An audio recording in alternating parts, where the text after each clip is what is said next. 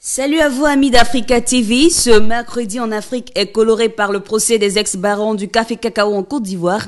6 novembre 2013, 31 ans d'accession au pouvoir de Paul Biya. Ce matin à Abidjan, la menace d'un long séjour en prison plane sur la tête des ex-barons de la filière café cacao.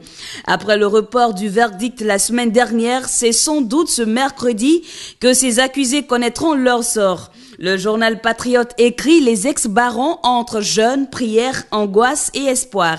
Le quotidien dans ses pages rapporte que les ex-barons portent le masque, la mine de sérénité a laissé place à l'angoisse, à la peur et à l'anxiété. La seule issue de ces cours pour eux est la voix du Seigneur. À tel point que certains accusés s'adonnent à des veillées de prière, des cierges sont allumés dans les paroisses, à cela s'ajoutent des offrandes au Seigneur.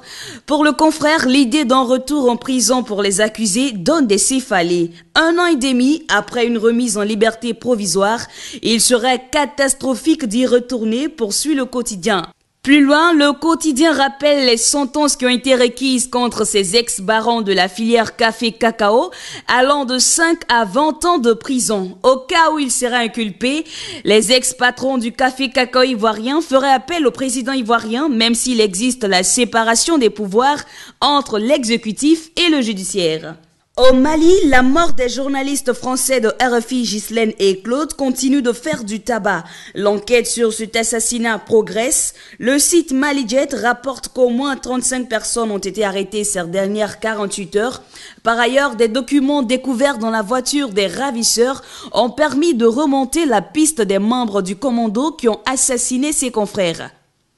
En ce qui concerne la sécurisation de Kidal, Fabius botte la balle dans le camp d'Ibeka, renchérit le site. Le chef de la diplomatie française a rappelé que Kidal faisant partie du Mali, il revient au président malien de prendre la décision. Par la suite, la France apporterait son aide. Konan Bédié chez Ali Bongo Dimba écrit l'Union après sa visite en Guinée équatoriale. Henri Konan Bédié à Libreville pour sceller l'alliance avec le PDG parti au pouvoir.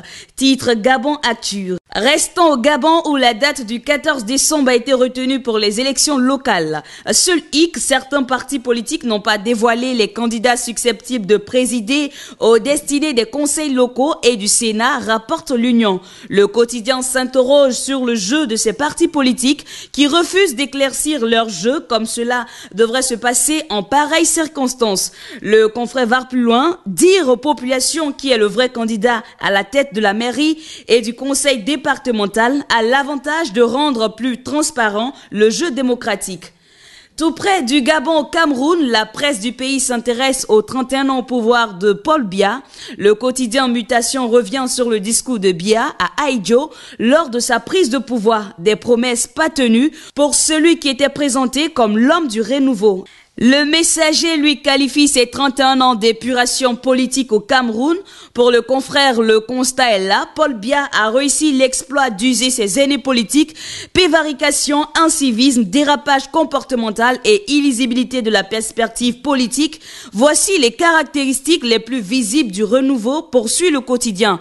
Au docteur Guérandi de constater que le Camerounais des 30 dernières années est moins fier et rase les murs, honteux de sa nationalité, plus enclin à la facilité qui éloigne de l'excellence. Finissons cette revue avec ce proverbe camerounais. Si tu vois une tortue posée sur un mur, c'est qu'on l'a posée là. Merci à tous nos confrères qui nous font parvenir leur une et à demain.